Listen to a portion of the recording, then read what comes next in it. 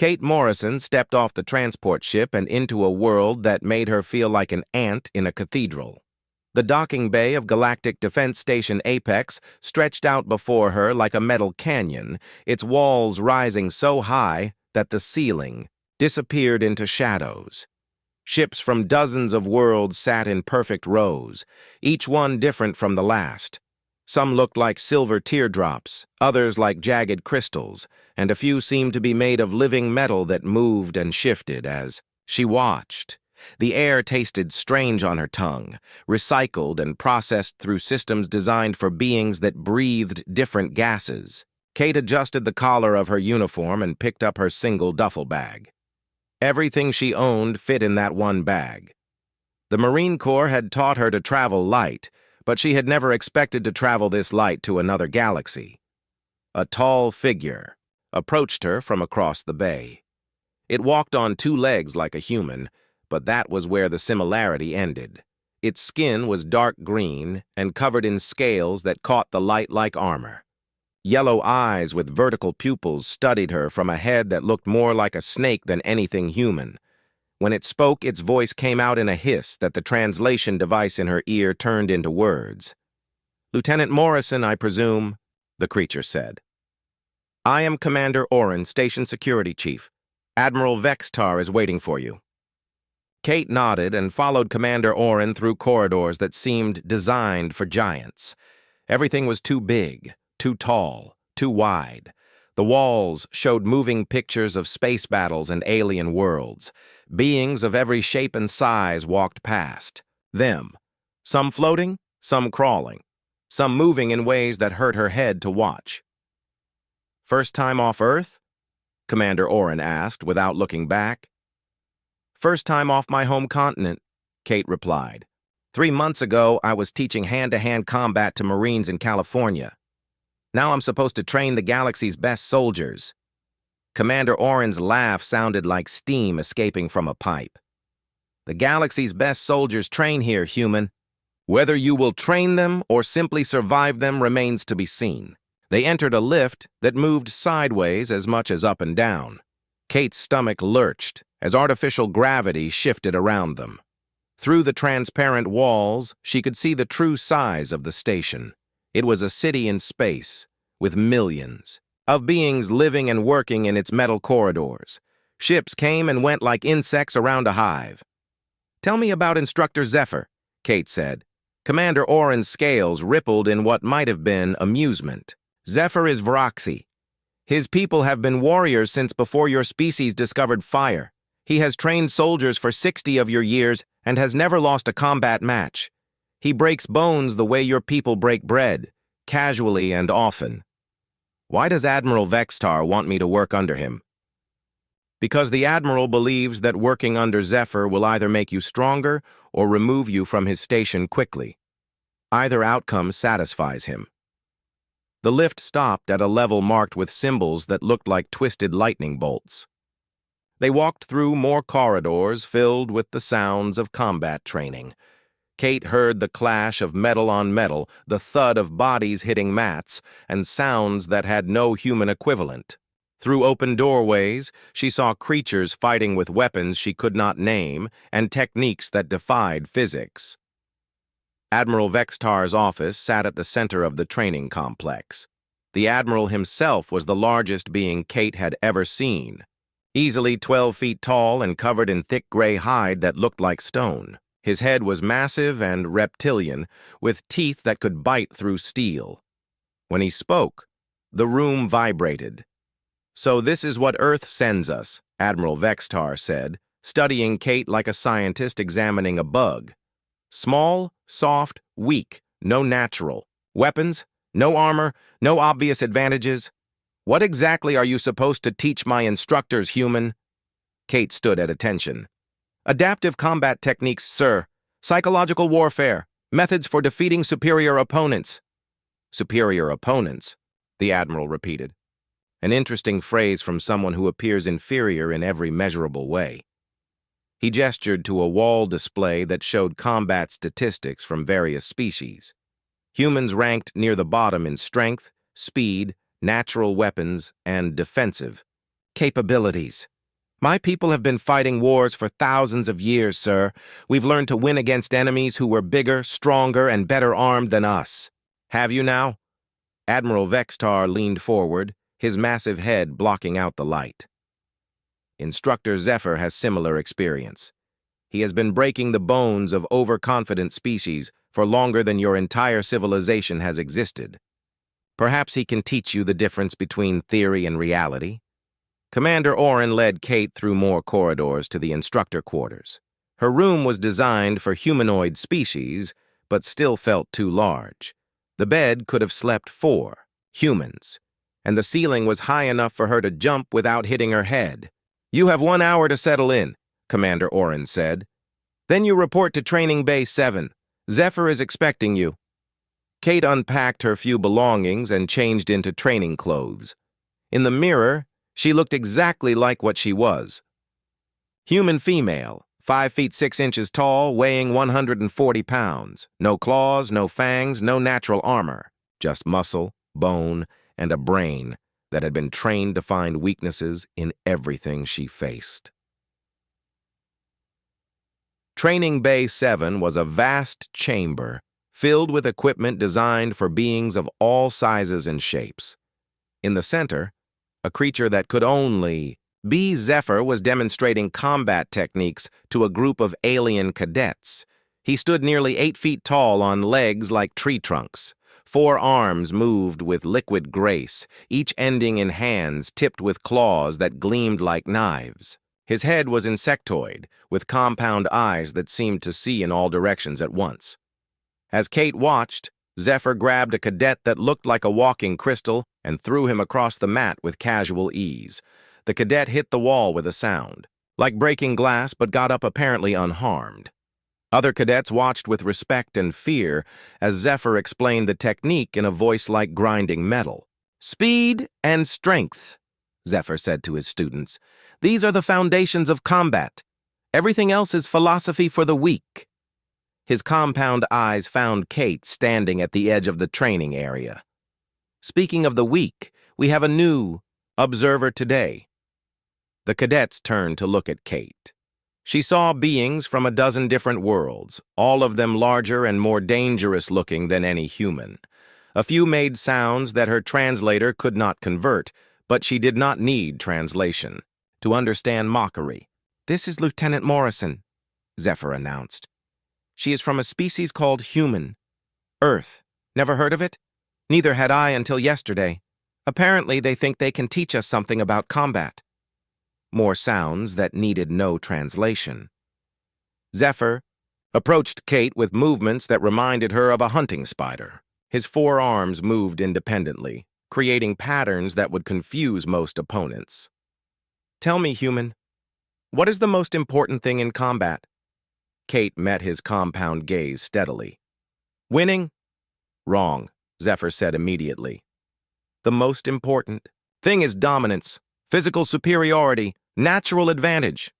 He gestured to his claws, his armor-like hide, his 4 arms. "Your species has none of these things. What could you possibly teach beings who were born to fight?" "How to beat beings who were born to fight," Kate replied. The training bay fell silent. Even the alien cadets stopped their exercises to listen. Zephyr's head tilted in a way that suggested amusement or hunger. "Bold words from such a small creature," he said. "Perhaps you would like to demonstrate these superior human techniques?" Kate looked around the training bay. Every eye was on her, waiting to see what the human would do. She thought about the Marines she had trained, young men and women who faced enemies with better weapons and superior numbers. She thought about human history, filled with victories that should have been impossible. "Not today," she said calmly. "I'm here to observe and learn your methods first." Zephyr's laugh sounded like metal scraping against stone. "Wise. Observe all you like, human. Learn what real warriors look like. Perhaps it will help you understand your place in the galaxy." He returned to his demonstration, showing the cadets how to use their natural weapons most effectively. Kate watched everything. memorizing movement patterns, noting which techniques worked against which species, filing away every detail for future use. After 2 hours of training, the cadets dispersed to other activities. Zephyr approached Kate. "One more time before leaving. Tomorrow you will assist with basic training," he said. "Try not to get killed. It would reflect poorly on the station's safety record." Kate remained in the training bay after everyone else left. She studied the equipment, tested the gravity settings, and examined the walls and floor for tactical advantages. Everything was designed to favor beings with natural weapons and superior physical capabilities. But Kate had spent her entire career finding ways for humans to win impossible fights.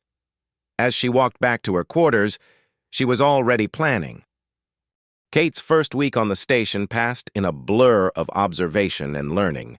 Every morning, she reported to Training Bay 7 to watch Zephyr put cadets through combat exercises that would have killed most humans. The instructor seemed to take pleasure in making the training as brutal as possible, especially when he knew Kate was watching. She learned that each species had developed their fighting style around their natural advantages.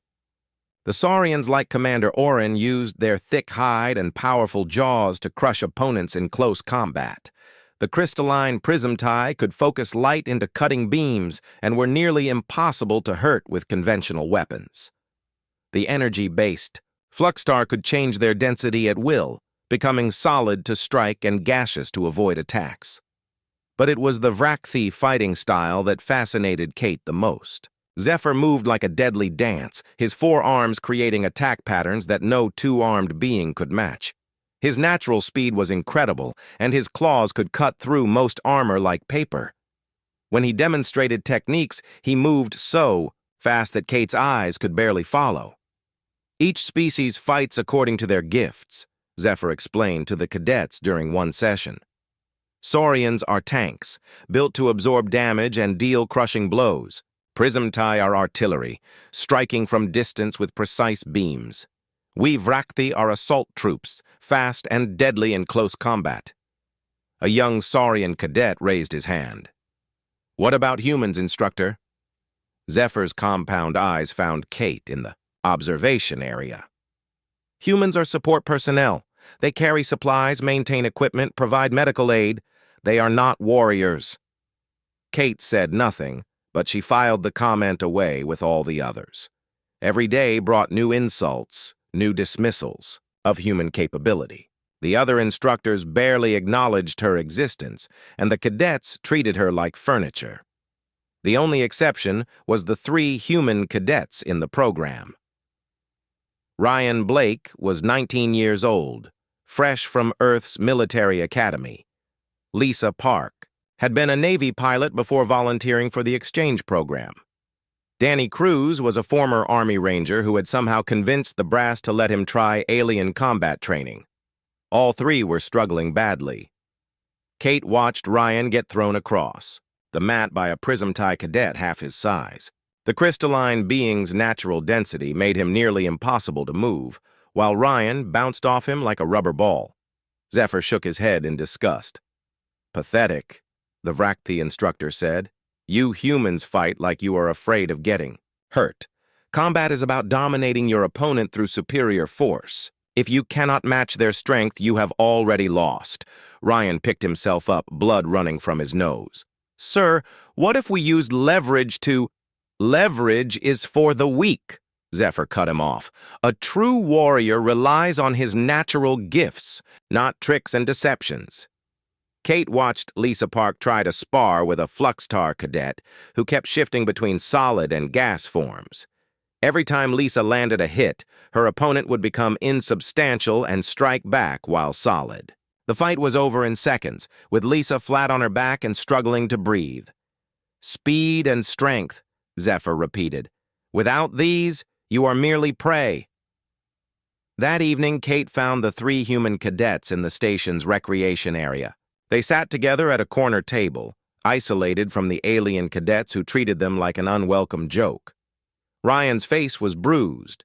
Lisa moved stiffly from her beating, and Danny stared at his hands like they belonged to someone else. "Rough day?" Kate asked, joining them.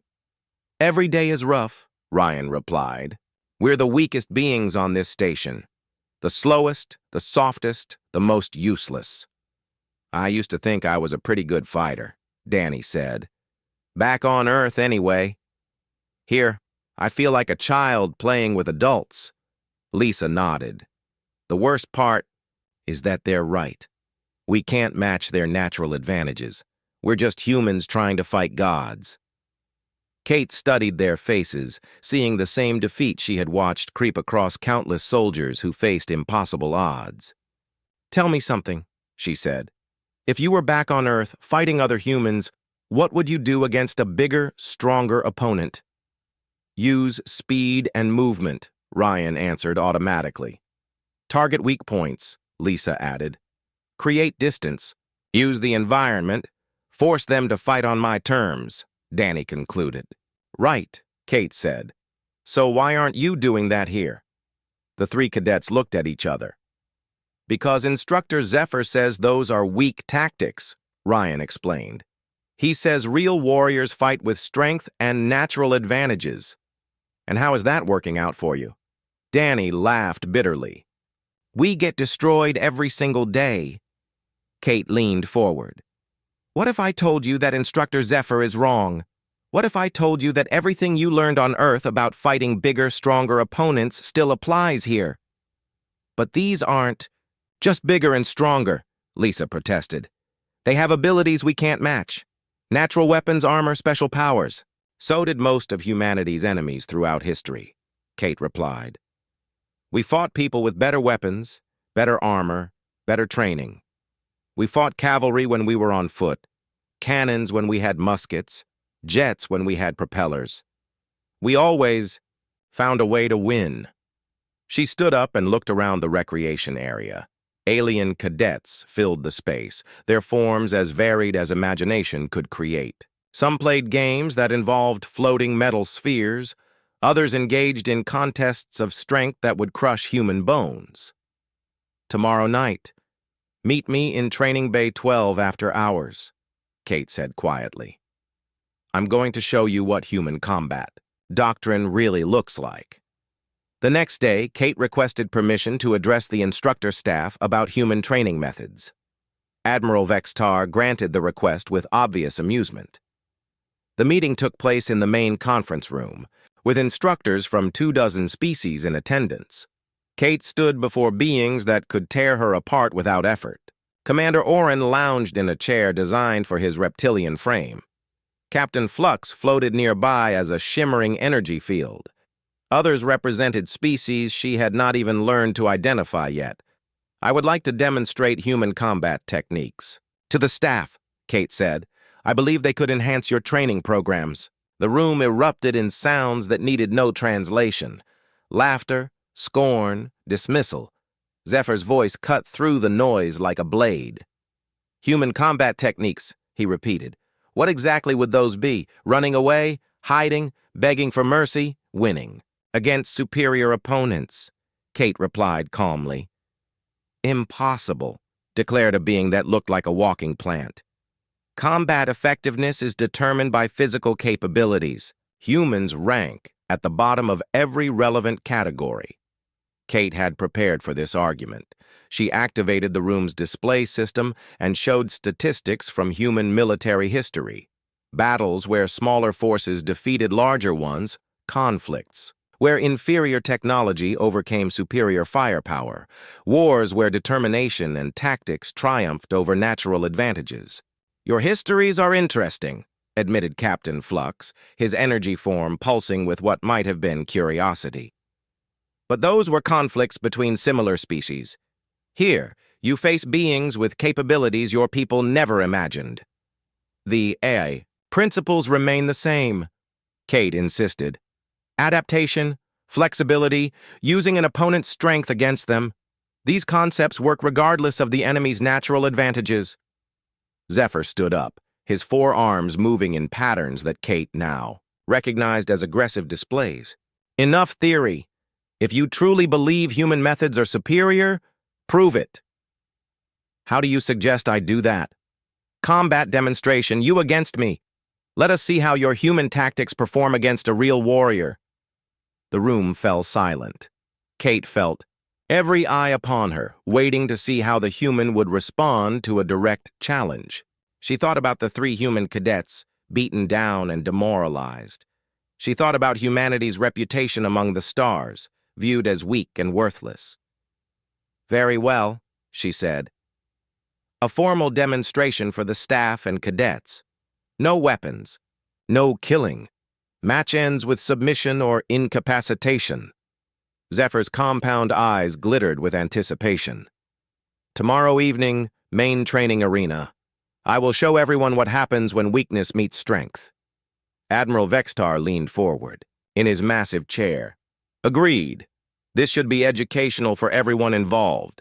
As the meeting dispersed, Kate caught Commander Oren's eye. The Saurian security chief approached her with an expression she could not read. "You realize he has never lost a combat match," Commander Oren said quietly. "In 60 years of fighting, Zephyr has broken bones on beings twice your size." "I know. He will not hold back because you are small or female or human. He will hurt you badly to make his point." Kate nodded. "I'm counting on it." Commander Oren's scales rippled. "You have a plan." "I have human training." That night, Kate met the 3 human cadets in Training Bay 12. The room was empty except for basic equipment and mats. She had them run through basic human combat drills, movements they had learned, on Earth but abandoned under Zephyr's teaching. "Remember," she told them as they practiced, "we don't fight like aliens because we aren't aliens. We fight like humans, and humans have been winning impossible fights since we lived in caves." Ryan threw a punch at a training dummy, then followed up with an elbow strike and knee thrust, movements that would be useless against Avrakthes. Natural armor, but which demonstrated human combative principles. "Tomorrow you're going to watch me fight Instructor Zephyr," Kate told them. "Win or lose, I want you to see what human doctrine looks like against a superior opponent. Word of the combat demonstration spread through the station like wildfire. By evening, every instructor and cadet knew that the human was going to fight Zephyr in the main arena. Kate could feel the anticipation in the air as she walked through the corridors. Alien beings stopped their conversations to watch her pass, their expressions ranging from curiosity to outright amusement. The station's medical officer, Dr. Maya Chen, found Kate in her quarters 2 hours before the match. The doctor was human, one of only a dozen humans serving on the station in various support roles. She carried a medical kit and wore the worried expression that Kate recognized from every battlefield medic she had ever known. "I've been ordered to examine you before the fight," Dr. Chen said. "Admiral Vexistar wants to make sure you're medically fit for combat." Kate submitted to the examination, knowing it was really about establishing her baseline condition before Zephyr broke half the bones in her body. Dr. Chen checked her reflexes, blood pressure, and joint mobility with the thoroughness of someone who expected to be treating severe trauma very soon. "You don't have to do this," Dr. Chen said quietly as she worked. "I can declare you medically unfit. Headaches, dizzy spells, whatever you want. Would you run away from a fight you thought was important?" Dr. Chen paused in her examination. "That's different. I'm a doctor, not a soldier. But you came here anyway, left Earth, left everything familiar, to serve on an alien station where most beings think humans are worthless. That's my job. This is mine." Dr. Chen finished her examination in silence. As she packed her equipment, she spoke without looking up. "I've studied Vrakthe anatomy. Their exoskeleton is nearly impenetrable to blunt force trauma. Their reaction time is 3 times faster than human normal. Their 4-armed combat style creates attack patterns that overwhelm most opponents. Anything else I should know? Their compound eyes see in a much wider spectrum than ours. They can detect movement and heat signatures that would be invisible to humans. Fighting Zephyr will be like fighting someone who can see your every move before you make it." Kate nodded. "Thank you for the information." Dr. Chen stopped at the daughter. Kate, the entire human population of this station will be watching tonight. Whatever happens in that arena will determine how every alien views our species from now on. I know. After Dr. Chen left, Kate spent an hour in careful preparation. She studied video footage of Vrakthi combat techniques, memorizing movement, patterns, and attack sequences. She reviewed the arena layout, noting the position of walls, corners, and equipment that might provide tactical advantages. Most importantly, she spent time in meditation, centering her mind for what was to come. The main training arena was packed when Kate arrived. The circular combat space sat in the center of tiered seating that rose like an amphitheater around.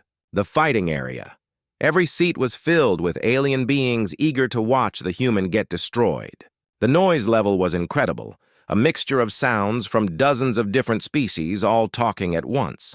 Admiral Vextar sat in the place of honor, his massive form occupying a throne-like chair that overlooked the arena. The other senior instructors flanked him, their expressions ranging from professional interest to open contempt. Kate spotted the 3 human cadets sitting together in the upper sections, looking nervous and isolated among the alien crowd. Kate entered the arena wearing standard training clothing and soft-soled boots. She carried no weapons, no protective gear, nothing but her own body and the knowledge she had spent 20 years acquiring. The crowd noise diminished as alien eyes focused on her small form in the vast arena. Zephyr's entrance was very different. The Vrakthi instructor emerged from the opposite tunnel like a force of nature, his 4 arms spread wide in a display of dominance. He stood nearly 8 feet tall in the arena's center, his natural armor gleaming under the bright lights. The crowd responded with sounds of approval and anticipation. "Ladies, gentlemen, and beings of all classifications," Admiral Vextar's voice boomed through the arena's sound system. "Tonight we witness a demonstration of combat techniques. Instructor Zephyr, representing traditional galactic military doctrine, will face Lieutenant Morrison, representing human combat methodology." The Admiral's words carried clear bias. Traditional galactic doctrine versus experimental human theories. Established military wisdom against unproven alien concepts. The outcome seemed predetermined. "Rules are simple," Admiral Vextar continued. "No weapons, no killing blows, match ends with submission or medical incapacitation. Medical staff stands ready." Kate noticed that the medical team was positioned closer to her side of the arena than Zephyr's. The 2 combatants moved to the center of the arena. Standing next to Zephyr, Kate looked like a child facing an adult. His compound eyes studied her with the focused attention of a predator, sizing up prey. His 4 arms moved in subtle patterns, testing balance and reach. Any last words, human? Zephyr asked, his voice carrying clearly through the arena's acoustics. Kate looked up at him calmly. "Just one question. In 60 years of fighting, have you ever faced an opponent who got more dangerous when they were hurt?" Zephyr's head tilted in confusion. "What kind of creature becomes more dangerous when injured?" "You're about to find out." "Admiral." Vextar raised his hand. "Combatants ready?" Both fighters nodded. "Begin." Zephyr moved immediately, demonstrating why the Vrakthi were considered among the galaxy's premier warriors. His 4 arms created a whirlwind of strikes that would have overwhelmed any conventional opponent. Kate retreated, seeming to barely avoid his attacks through desperate movement. The alien crowd murmured approval as Zephyr pressed his advantage. His speed was incredible, his reach superior, his natural weapons devastating. Kate appeared to be fighting for her life, dodging and weaving with increasingly frantic energy, but Kate was not fighting frantically. Every retreat was calculated, every dodge deliberate. She was implementing the first phase of human combat doctrine, intelligence gathering. While Zephyr thought he was dominating the fight, Kate was learning everything she could about his patterns, his preferences, his timing. She noted that his upper arms moved slightly faster than his lower ones, that he favored combinations that ended with his right primary claw, that he had a tendency to overextend when he thought he had a sure kill. that his compound eyes, for all their advantages, created a small blind spot directly behind his head. The crowd grew restless as the apparent mismatch continued. Zephyr was clearly faster and stronger, but he could not seem to land a decisive blow on the elusive human. Kate continued to retreat, but her movement was becoming more controlled, more purposeful. "Fight back, human!" someone shouted from the crowd. "Stop running!" But Kate was not running. She was preparing.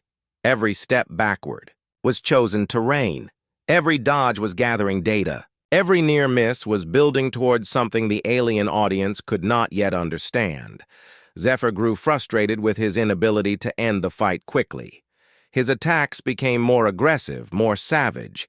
He wanted to demonstrate his superiority in a manner that would leave no doubt about the relative capabilities of their species. That was when he made his first mistake. Overconfident in his dominance, Zephyr decided to make a point about human fragility. During what appeared to be a successful grab, he deliberately moderated his strength to avoid killing Kate instantly.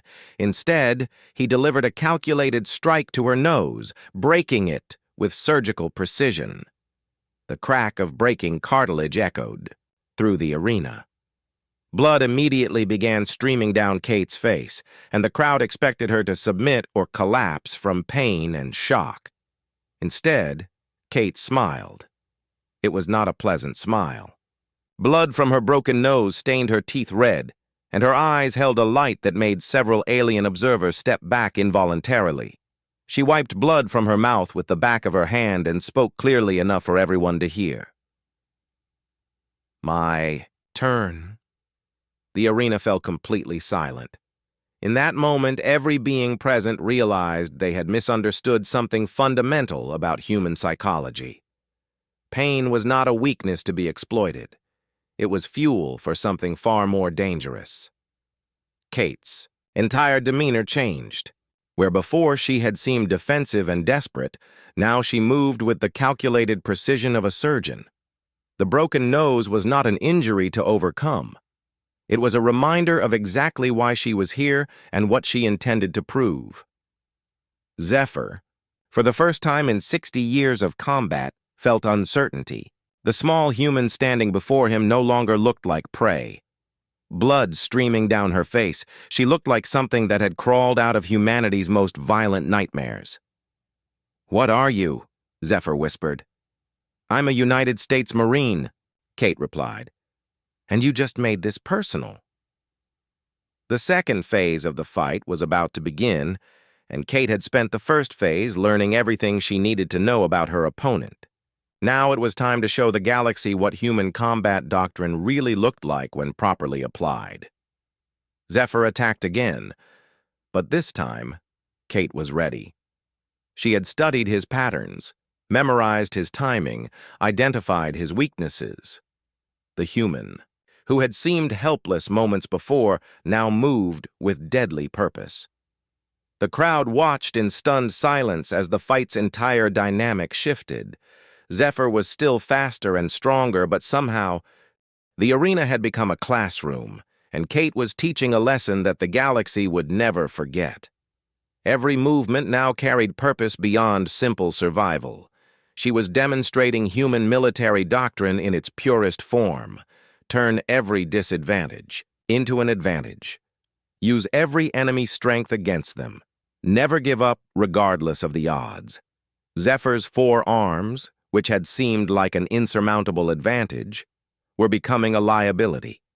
Kate had identified the timing differences between his upper and lower appendages, and she exploited these microsecond delays with surgical precision. When his upper arms moved to block, she attacked below. When his lower arms swept for her legs, she struck high. The Vrakthi Instructor was forced to fight defensively for the first time in decades. Kate's attacks came from angles he had never encountered, following patterns that violated everything he understood about combat. She moved like water, flowing around his defenses and striking where he was not. But it was more than just technique. Kate was implementing psychological warfare that the galactic military had never seen. Every time Zephyr expected her to retreat from pain, She advanced. Every time he thought an injury would slow her down, she became faster. She was rewriting the rules of combat in real time. "How is this possible?" Captain Flux whispered to Commander Oren in the observation area. "Her species ranks lowest in every physical category." "Physical categories," Commander Oren replied thoughtfully. "But what about mental ones? Look at her eyes." In the arena, Kate's eyes burned with an intensity that made seasoned warriors uncomfortable. This was not the gaze of someone fighting for sport or demonstration. This was the look of someone fighting for the honor of their entire species, for the right to exist as equals among the stars. Zephyr rallied, drawing on 60 years of combat experience to mount a renewed offensive.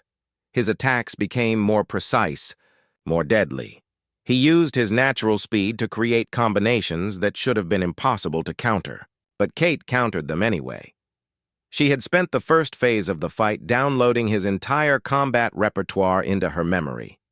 Now she was running those patterns through human tactical analysis, finding weaknesses that no one had ever exploited. Every technique he had perfected over decades of combat was being dissected and turned against him.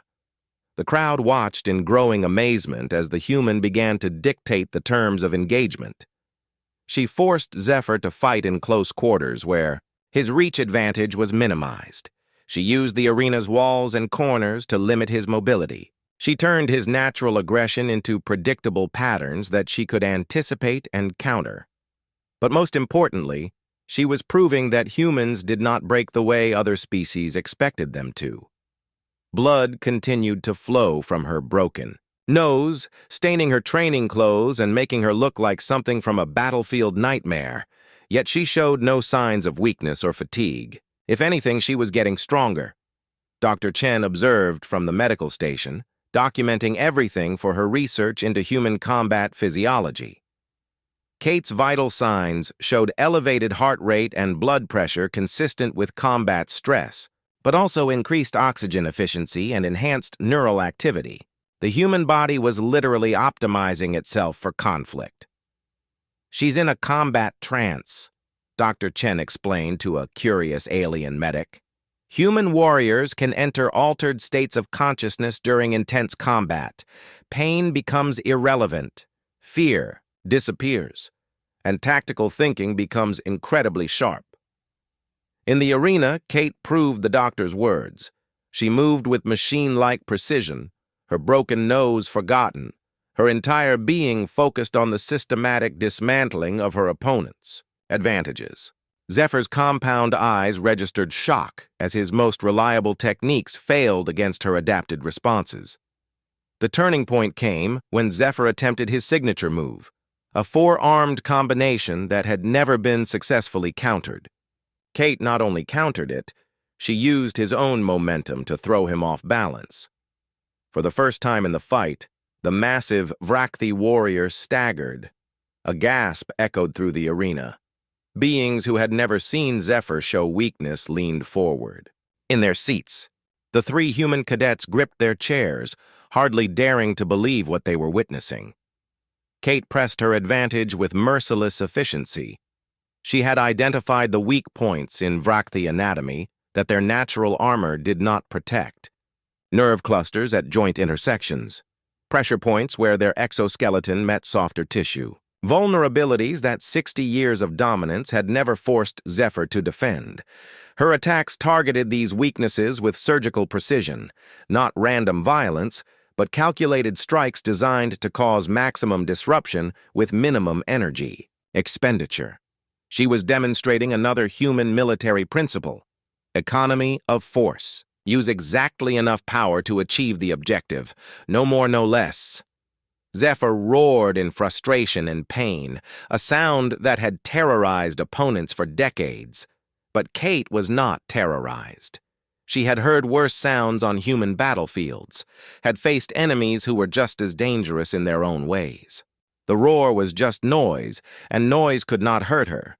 The crowd's mood shifted from amusement to uncertainty to genuine concern. This was not going according to anyone's expectations. The human was not just surviving, She was winning. More than that, she was making it look systematic, almost inevitable. Admiral Vextar leaned forward in his throne, his massive head blocking the view for several rows behind him. His yellow eyes studied the fight with growing interest. He had observed thousands of combat matches over his long career, but he had never seen anything like this systematic dismantling of a superior opponent. In the arena, Zephyr was learning what it felt like to be outfought by someone smaller and seemingly weaker. Kate's attacks came in combinations he could not predict, targeting vulnerabilities he had never known he had. She moved like she could read his mind, anticipating his moves before he made them. But it was the psychological aspect that disturbed him most. Every species he had fought became more desperate as they took damage. They made mistakes, lost focus, became easier to defeat. Kate was doing the opposite. Each injury seemed to make her calmer, more focused, more dangerous. What kind of warrior becomes stronger when hurt? Zephyr gasped during a brief separation.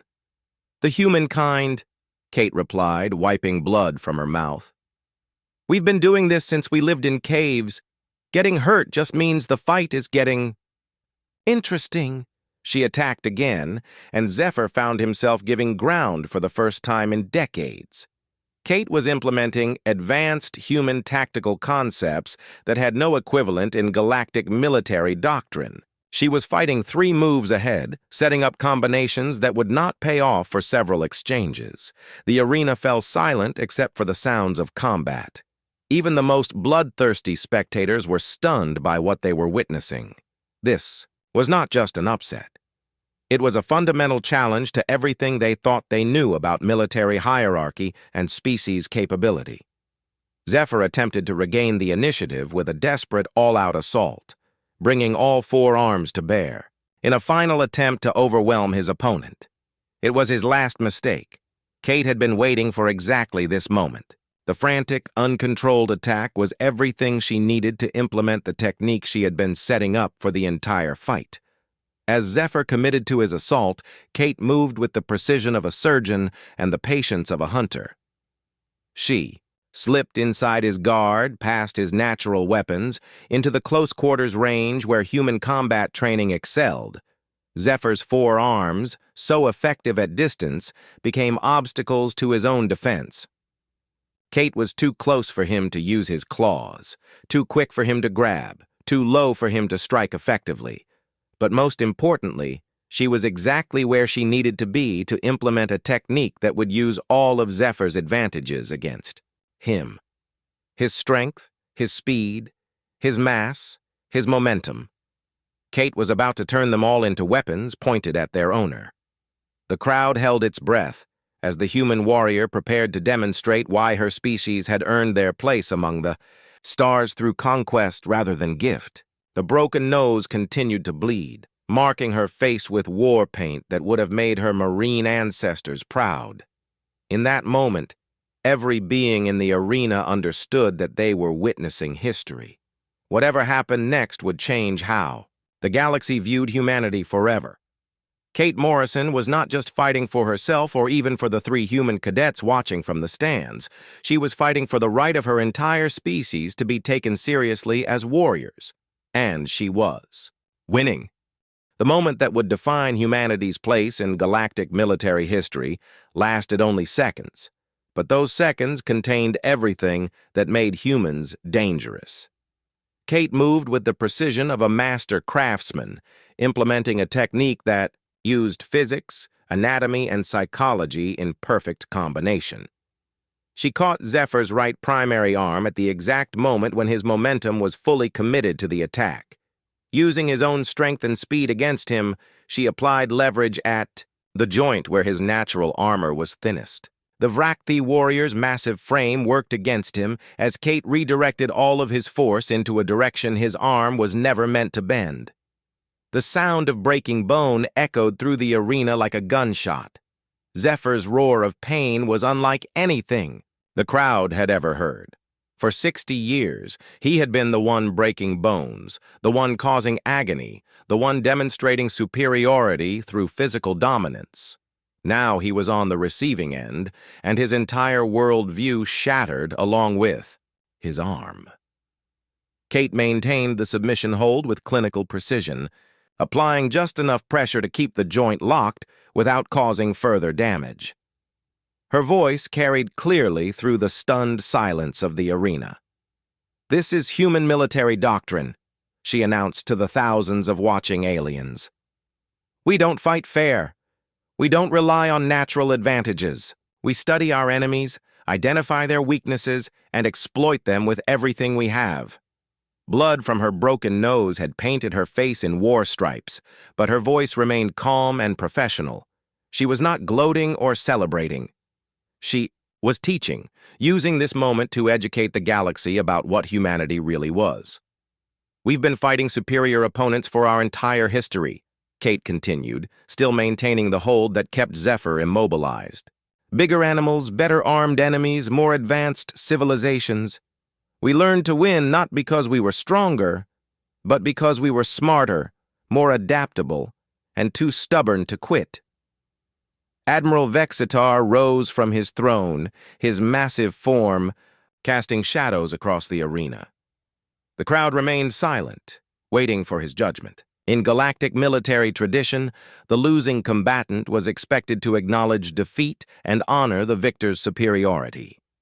Zephyr struggled against Kate's hold for several more seconds before the pain forced him to submit. "I yield," he gasped, the words barely audible but carrying throughout the arena's acoustics. Kate released the hold immediately and stepped back, offering her hand to help the injured Vrakthi to his feet. It was a gesture of respect that surprised everyone present. In most species combat traditions, victory was followed by dominance displays and humiliation of the defeated opponent. But Kate was demonstrating another aspect of human military culture: honor in victory. She had proven her point and her species' capabilities. There was no need for further brutality or degradation. The fight was over, and respect could be restored. Zephyr accepted her assistance, using his 3 uninjured arms, to stand. His compound eyes studied Kate with an expression that alien observers found difficult to interpret. Pain, certainly. Shock, obviously. But there was something else there that the Vrakthi had never shown before. Respect. "How?" he asked simply. Kate wiped blood from her face with her sleeve. "You told me that combat was about dominance through superior force. But human combat doctrine teaches us that superior force is often the enemy of superior tactics. You were so confident in your advantages that you never learned to fight without them." She gestured to the crowd around them. "Every species here fights according to their natural gifts. Saurians use their armor and strength. Prismtai use their energy manipulation. Vrakthi use their speed and multiple arms. But what happens when you face an enemy who can turn those gifts into weaknesses?" Dr. Chen entered the arena with her medical team, immediately beginning treatment of both combatants. Kate's nose would need setting and her various cuts cleaned, but she had suffered no serious injuries. Zephyr's broken arm would require more, extensive treatment, and several weeks of healing. As the medical team worked, Kate addressed the crowd one final time. "Human military doctrine assumes that every enemy we face will be superior to us in some way. So we train to fight superior opponents. We learn to adapt, to exploit weaknesses, to use psychology and tactics to overcome natural disadvantages." She looked up at Admiral Vexitar. "We don't ask to be considered equals because of our strength or speed or natural weapons. We earn that consideration by proving we can defeat opponents who have all of those advantages." The arena erupted in sounds from dozens of different species. Some were clearly expressing approval, others confusion, still others what might have been fear. The 3 human cadets in the upper sections were on their feet, tears streaming down their faces, finally seeing their species represented with the honor they deserved. Admiral Vextar descended from his observation platform to the arena floor. His massive form dwarfed both combatants, but when he spoke, his tone carried none of the dismissive contempt that had characterized his earlier interactions with Kate. "In 60 years of military service," the Admiral said, "I have never seen a superior opponent systematically defeated through tactical adaptation. This demonstration has been most educational." He turned to address the crowd. "Let the record show that human combat doctrine represents a valid and effective military philosophy. Lieutenant Morrison has proven that her species merits full consideration in all military matters." The formal declaration sent ripples of reaction through the assembled aliens. Kate had not just won a fight, she had won recognition for her entire species. The implications would spread throughout the galactic military hierarchy, changing how humans were perceived and treated across known space. Commander Orin approached Kate as the medical team finished their preliminary treatment. "That was well done, human. I have observed many combat demonstrations, but never one that challenged fundamental military assumptions so effectively. Thank you, Commander. Tell me, was this outcome planned from the beginning?" Kate considered the question carefully. "I knew I couldn't match Zephyr's natural advantages, so I planned to use them against him. Whether that would be enough to win, that was up to the execution." Captain Flux materialized nearby, his energy form pulsing with what Kate had learned to recognize as intense interest. "Your species' approach to combat psychology is fascinating. Most beings become less effective when injured. You appeared to become more dangerous." "Pain is just information," Kate replied. "It tells you that something is wrong, but it doesn't have to control your actions.